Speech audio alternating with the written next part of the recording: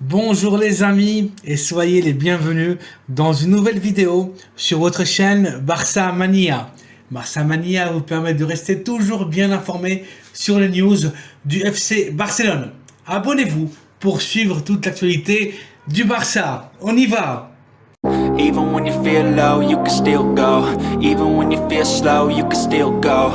Even when there's no hope, you can still go. I never answer to no, man, I still go.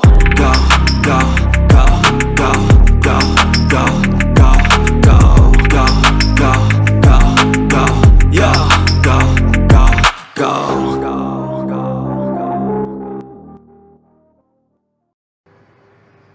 Real Madrid 0, FC Barcelone 1. Victoire extrêmement importante et inattendue des Catalans face au Real, au Bernabéu dans le match aller de la demi-finale de la Copa del Rey.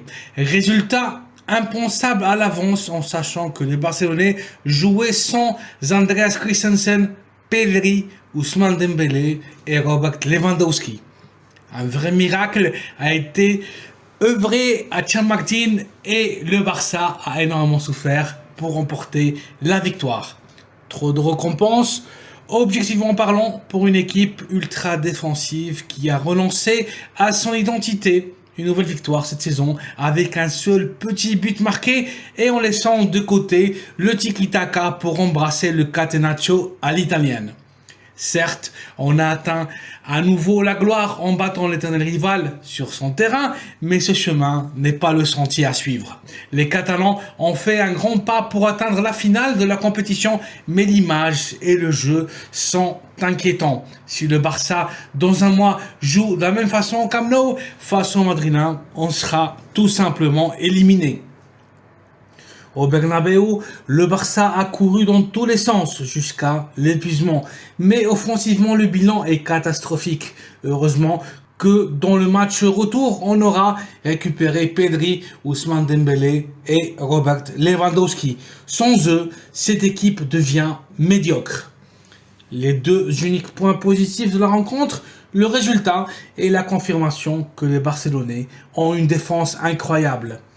Sauf à la première minute pour l'occasion de Luka Modric et le but de Benzema, bien annulé à la minute 12. Elle a été impeccable, toujours bien organisée, soudée, imperméable. En l'absence de Christensen, Marcos Alonso a répondu présent. Grand match aussi en défense de Jules Koundé et Alejandro Balde. Et que dire de Ronald Araujo, à nouveau impérial, en désamorçant la créativité et danger en attaque de la main de l'international brésilien Vinicius Junior. Au milieu de terrain, match très discret du capitaine Sergio Busquets ainsi que de Frenkie de Jong. L'international ivoirien Franck Yannick Kessié a été brillant et aurait même pu marquer le 0-2 qui aurait été définitif à la minute 72. Grand tir, bien cadré, dévié in extremis par Ansu Fati. En attaque, les Catalans ont ressenti les absences, match absolument stérile en attaque. Le temps est venu pour le Barça de mettre sur le marché 3 de ses actifs offensifs, un Ferran Torres et un Rafinha qui n'ont pas le niveau de jouer dans cette équipe et un Ansu Fati qui n'a pas su revenir à son prime. Les Catalans ne peuvent pas patienter davantage, pas à ce niveau de compétition. Ces 3 joueurs vendus, le Barça pourra se renforcer avec 2 joueurs top dans cette position. Yannick Carrasco viendra en juin en provenance de l'Atlético de Madrid pour 15 millions d'euros et Marcus Thuram très probablement aussi avec la carte de liberté sous le bras en provenance du Borussia Mönchengladbach. Le Barça aura donc suffisamment de muscles financiers pour affronter le transfert du numéro 9 du futur, le Brésilien Vitor Roque. 35 millions d'euros devraient suffire pour convaincre l'Atlético Paranaense avec le joueur. L'accord est total. Victoire donc très importante du Barça au Bernabéu. Une victoire qui nous donnera énormément de morale. Une victoire nécessaire qui nous remet sur la bonne voie après 2 défaites consécutives, 2 défaites très dures face à United en Europa League et surtout en Ligue face à Almeria.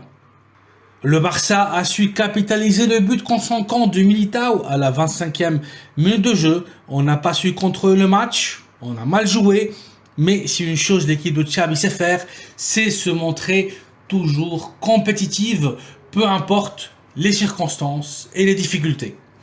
Il faudra maintenant recharger les piles. Une nouvelle journée de Ligue nous attend demain.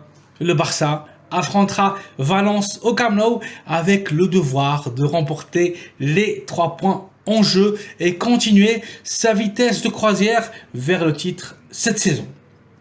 Les Catalans ne pourront pas compter avec Gavi suspendu, Pedri, Dembélé et Robert Lewandowski toujours blessés. Le préparateur physique catalan Xavi Hernandez sera absent aussi après son expulsion face à Almeria. Le 11 titulaire attendu demain sera le suivant: Marc-André Ter Stegen sous les bois, défense de 4 avec Sergi Roberto, récemment prolongé jusqu'en 2024 au latéral droit. Le latéral gauche sera pour Jordi Alba, l'axe de la défense sera pour Andreas Christensen et Ronald Araujo. Au milieu de terrain, Busquets sera le pivot défensif. Il sera accompagné par Kessié et Frenkie de Jong. 3 hommes sont attendus en attaque. Les 3 joueurs qui doivent quitter le club à la fin de la saison: Rafinha, Ferran Torres et Ansu Fati. Comme face au Madrilène, la ligne d'attaque sera le maillon faible, le maillon le plus fragile de cette équipe. Le match se jouera à 16h15, heure espagnole, au Camp Nou. Voici donc, les amis, une nouvelle capsule informative avec la dernière heure du FC Barcelone. Real Madrid 0, Barça 1. Les Catalans frappent en premier et prennent l'avantage dans la demi-finale de la Coupe du Roi. FC Barcelone-Valence, le Barça doit absolument remporter les 3 points en Ligue face à un rival toujours très compliqué. Merci d'avoir vu la vidéo, merci de liker et de vous abonner à la chaîne Barça Mania pour rester au courant des news du Barça. Bonne journée, bon week-end et à très bientôt dans une nouvelle vidéo. Visca el Barça!